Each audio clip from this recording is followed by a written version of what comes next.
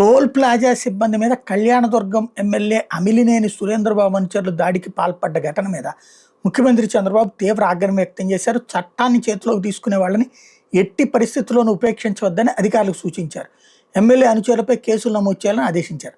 సంఘటన మీద విచారణ చేపట్టి నివేదిక ఇవ్వాలని సూచించారు. టోల్ ఫీజు చెల్లించమన్నందుకు మదనపల్లె తిరుపతి జాతీయ రహదారి మీద గొండబోయినపల్లి వద్ద ఉన్న టోల్ ప్లాజా సిబ్బంది మీద సురేంద్రబాబు అనుచరులు రెచ్చిపోయారు. ఎమ్మెల్యే వాహనాన్ని ఆపుతారా, టోల్ ఫీజు చెల్లించమంటారంటూ సిబ్బందిని దూషించకుండా వాళ్ళ మీద దాడికి పాల్పడ్డారు.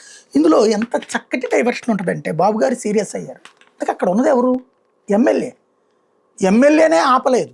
అప్పుడు ఎవరిని అనాలా? ఎమ్మెల్యేని మీద కదా యాక్షన్ తీసుకోవాల్సింది. ఇంకొకటి, పోలీసులు కేసు ఇట్లాంటి తప్పుడు పని చేసినప్పుడు పోలీసులు కేసు పెట్టాలి కదా.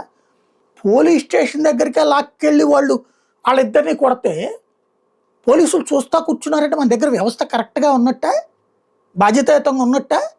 చంద్రబాబు గారు చెబితే కానీ కేసు పెట్టలేనప్పుడు ఆ పోలీసులు ఎందుకు ఇంకా డిపార్ట్మెంట్ అక్కడ? ఇక లోకల్గా ప్రతిసారి చంద్రబాబు గారి దగ్గరికి వెళ్ళి చెప్పించుకోవాలా? ఎక్కడికి పోతున్నది వ్యవస్థ?